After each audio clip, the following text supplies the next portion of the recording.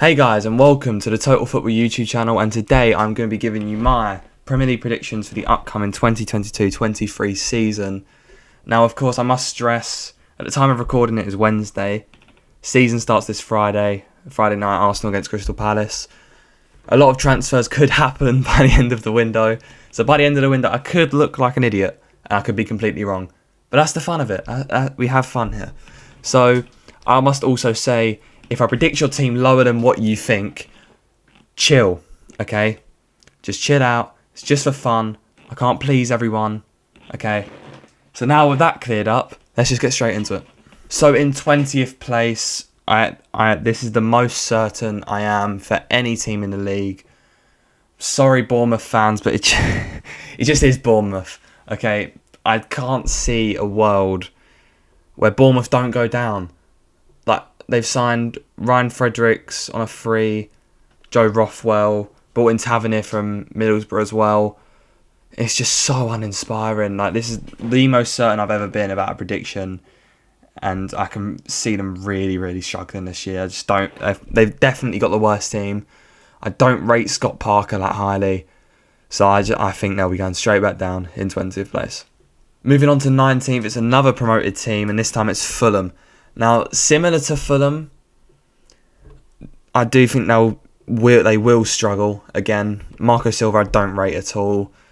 But they have made better business than Bournemouth, because João Palhinha from Sporting Lisbon could be one hell of a signing. And Kevin Mbabu as well from Wolfsburg, the right back. They're good signings, but I just don't think it's enough. I don't think the team's good enough. And it ultimately relies on Alexander Mitrovic getting more than 10 goals in the Premier League. Which, of course, he smashed it in the Championship last year, as he always does. But as we saw last time, he comes up to the Premier League and struggles. And I think it would just be the same again. Now, in 18th place, filling up the final relegation spot, I have Southampton. And that might surprise a few of you, because they made some good signings. Joe Aribo, particularly, is very good. But I just think when you have as bad as an end to the season as they did, I really worry, especially at the start. They play my team, Tottenham, first game. I think we'll see a lot there. I can honestly see Hassan Hutel gone by the World Cup. I think they'll experience another 9-0 by then as well. It's just in their nature. So, decent business, but I just think the whole mood around Southampton just isn't good. And that's comparing to the next team who I have staying up in 17th, which is Nottingham Forest. What a journey they experienced last year. Honestly, they were, I think, like mid-table, lower-end mid-table in January. And to turn it around, win the playoffs, what a way to go up. And what a job Steve Cooper's done, honestly. They've done some really good business as well. Taiwo Awoniyi, the striker from Union Berlin, I think is a great signing. I can see him getting 10-plus goals this year and driving Forest to safety. Now in 16th place, and second season syndrome is about to hit hard. I have, of course, put Brentford in 16th. I think, to be fair, that's higher than what some people have said. I've seen some people say that Brentford could go down. I don't think they'll be that bad. I think Thomas Frank is a good enough manager. I think they've got a goal scorer in Ivan Toney. I don't think they'll go down. But they will struggle, especially at the start. I can see them struggling at the start. And just like we've seen with Leeds and Sheffield United, second season syndrome is real. And with losing Eriksen, of course, they looked to be in trouble last year before Eriksen joined. Now that he's gone, they made good signings in Lewis Potter. Damsgaard could be going through as well. And Aaron Hickey at left back. They'll be fine, but I think they'll just about stay up. Now in 15th place, I have gone with Everton. And I must stress, I'm really worried for Everton this season. Really worried. Nothing at the club looks good right now. Could have put them lower, but I decided to have faith. I say have faith. There's not much to have faith in. They lost their best player, Richarlison. Frank Lampard, I don't think, although he kept him up just by the skin of their teeth last year, I don't think he has the minerals for a proper relegation battle.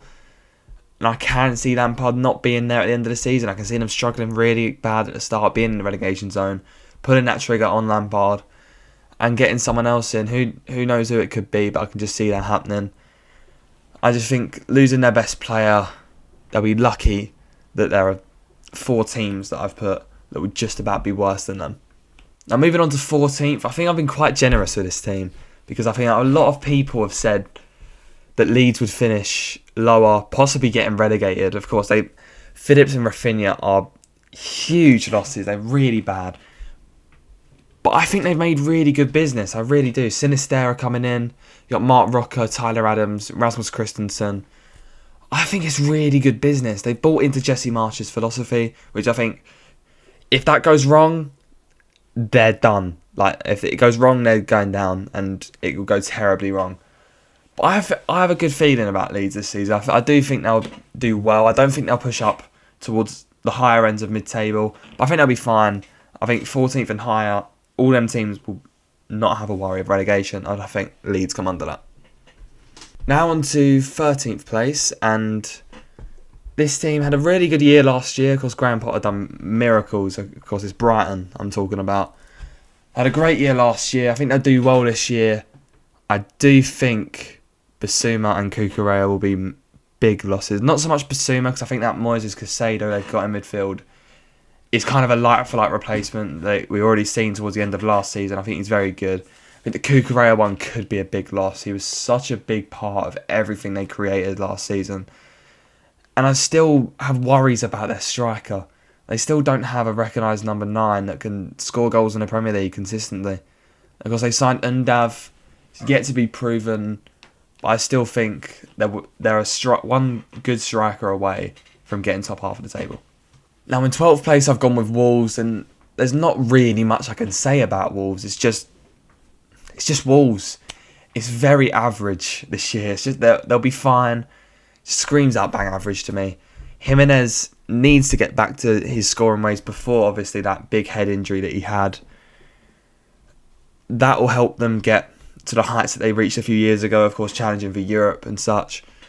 But I'm not excited about Wolves. I'm not worried, but I'm not excited. That's why I've gone with 12th place. Now, speaking of being excited about a team, though, Crystal Palace, I've put in 11th.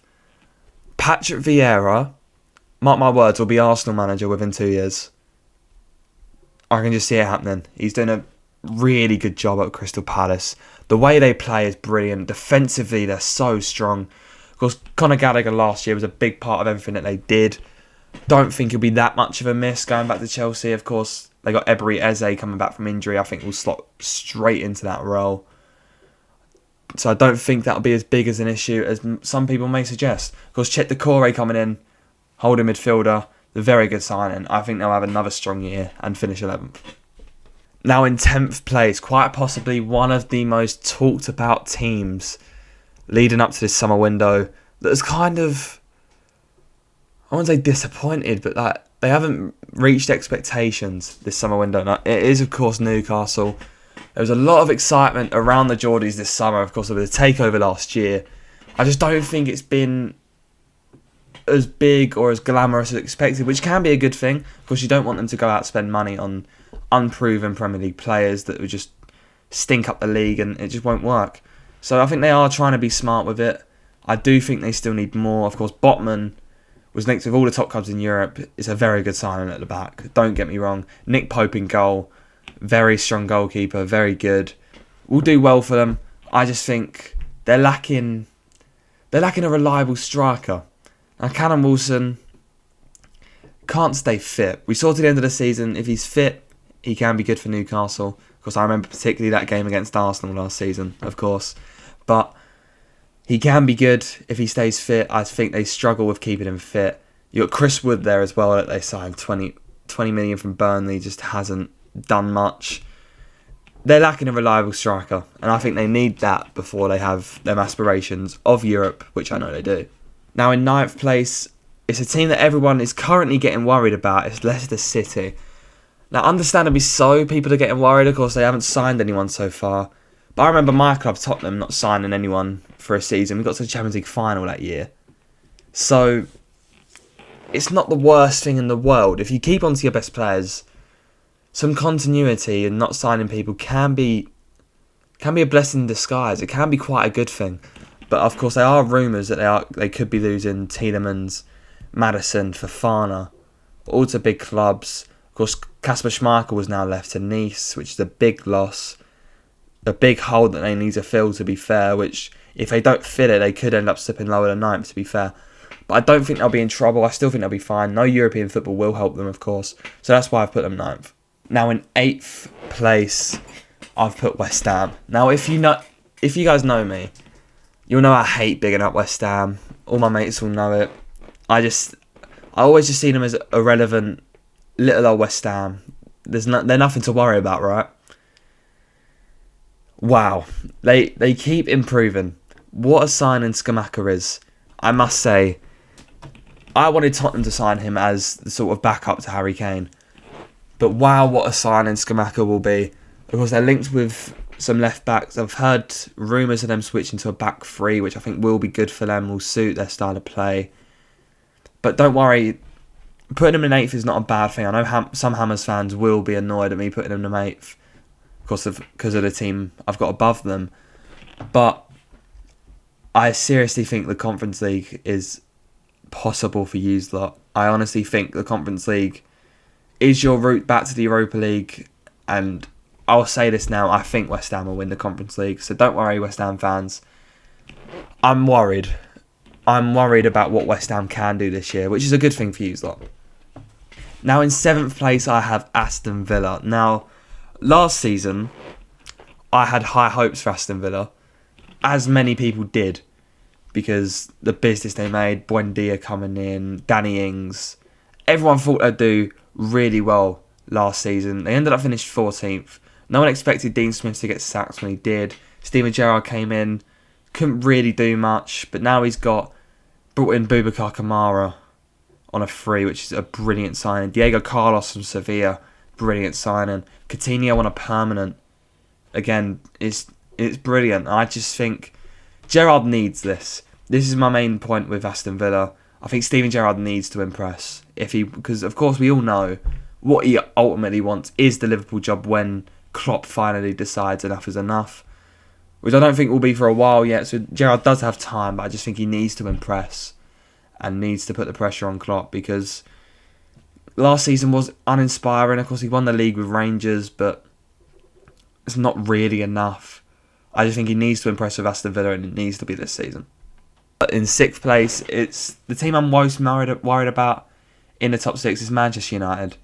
Massive rebuild phase this season, I think, with Eric Ten Hag coming in. It could be a really tough season for you lot. It's not to say Ten Hag isn't the right man, but there's just so much wrong with that club. Some of the players stink. Like, it's just, I don't see where they break into the top 5. I think 6th is the highest they finish next season. And it could even be lower with Aston Villa and West Ham knocking on the door. But Eriksen coming in, as much as it pains me as a Tottenham fan to see it, he is a good sign, and I don't see where it naturally fits with Bruno already playing in the 10. Whether they play 2 10s, I don't know. But of course, the big question mark around Man United so far is Cristiano Ronaldo, whether he stays or whether he doesn't stay.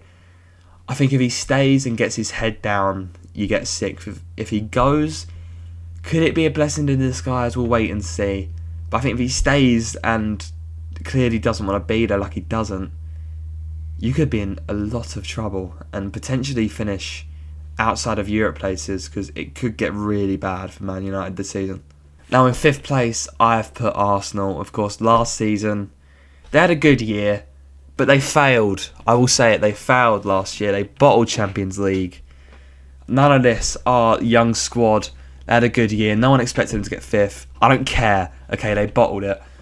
But they've made some good signings. Gabriel Jesus is a very, very good signing. I wanted Tottenham to go out and at least attempt to get him. I wouldn't have thought Jesus would want to come to us to be a backup, but I wanted us to at least try. But Arsenal got it over the line. Of course, Chelsea were interested as well. But it's a very good signing for Arsenal. You got Zinchenko as well coming in from City.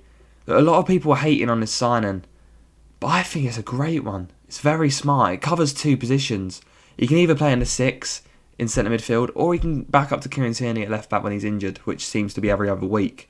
So they've made some very good signings, but I just think I think there's just 4 teams that are better than them, unfortunately. I say unfortunately. Fortunately, in the view of my mind. But we'll say unfortunately for Arsenal fans.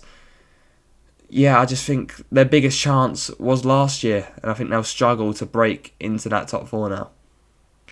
Now in 4th place, just ahead of Arsenal, I have Chelsea. And it could... Now that I think of it, it could go either way. Chelsea, there are issues there. There are some real big issues. Of course, the new owners coming in. I just don't see where it's going. They've signed a couple wonder kids. They signed Koulibaly, which, yeah, it should be a good signing, but he's unproven in the Premier League. No one really knows. Raheem Sterling's a great signing. I think that's what gets them 4th place over Arsenal. Just that star power up top with Sterling, Havertz, and Mount. But I don't see where they come higher than 4th. I really don't. I think they have serious issues, and we could see them start off the season really poorly, but bring it back maybe towards the end of the window when they bring in a couple more faces, or towards the end, like when get the World Cup out of the way. Second half of the season, they'll come back, but I just don't see them finishing higher than 4th. So 4th place is Chelsea. Now in 3rd place, I'm going to piss off a lot of people here. Liverpool. Now, I know what you're all thinking, alright? Chill out. It's a bit of fun, of course, like I said at the beginning. Just chill out. I've put Liverpool 3rd. I know what you're thinking. You're obviously thinking of the team I've got above them. I know, and I'll get to that, okay? But I'll talk about Liverpool first here. Because I think Liverpool are incredible. What Jurgen Klopp has done is beyond just... It's just unreal. It just really is unreal. I still think they will be close to the league. I think it'll fade out towards the end of the season. I think they'll turn their focus to the Champions League, which I think they can win next year. After losing the final last year, I think they can win the Champions League this year. It's just in Liverpool's nature for cup tournaments, Champions League. I think that's where they'll be at the forefront next season. I don't see them putting too much of a challenge to Man City this year. And of course, I think it's more of a transitional season for them. Of course, Mane leaving, it's a big loss. They've brought in Darwin Núñez, who got scored in the Community Shield, but I'm not taking the Community Shield into account. Leicester beat Man City in it last season. No one cares about it. Doesn't really matter. And Núñez, I still have doubts over whether he can perform to the heights that Liverpool will need of him. So I think it is a transitional phase. I think next season, the season after this season, they'll be back challenging for the league. But I just don't. I think it will take a year to reset. Now in 2nd place, I've put Tottenham. I know what you're gonna say. Oh, this dumb Tottenham fan is just blinded by tribalism. Is so biased, and you're right. I am blinded by tribalism. I am biased. I don't care. Okay, I'll say this now. This will be in full depth. I have a full depth analysis on Tottenham and potentially this season. A video of that coming out, hopefully being recorded this week with a good couple friends of mine. Hopefully that'll be out soon. I'll go into more depth of it there, but I'll just touch on it briefly. It's Antonio Conte. I stick to it. Give him his team. He is the best manager in the world. He's literally a miracle worker, an absolute mastermind. Made some really good signings. There's still talk for maybe a couple more, another centre-back, another creative midfielder. I just think it is now or never, and it is there for us to break the mould of that consistent top 2. And I think we will do it. Yeah. Slew me in the comments, but I don't care. Now in 1st place, that ultimately means I have Manchester City winning yet another Premier League title. It's just inevitable, really. Like, they clearly have the best team. They're going to win the league yet again. Haaland is a brilliant signing. I don't think the Haaland signing takes them like 20 points clear or whatever people are saying. But it'll help them in them games that they struggle. Them games that they struggle, like against us last season when they struggled to get that last goal. Haaland helps that. It'll help that, having that recognised striker. And of course it will help them in the Champions League as well, which I think they need to go far in that this year. It is their main goal. But yeah, I think I can see Haaland challenging for the Golden Boot. And Man City will just be Premier League champions once again. And it's it's not great to see because, of course, people will say, oh, it's boring, but at the end of the day, what can you do? They've made the good business. It's up to everyone else to catch them. So there you have it, guys. There is my 2022 to 23 Premier League predictions. I know you're probably going to have some very different opinions to what I said. If so, drop them down in the comments below. Don't forget to like and subscribe to the channel. We'll look back on this video in May with, I'm sure, a lot of regrets, a lot of fun. But we'll look forward to that. Anyway, put your opinions down below, like and subscribe. And until next time, goodbye.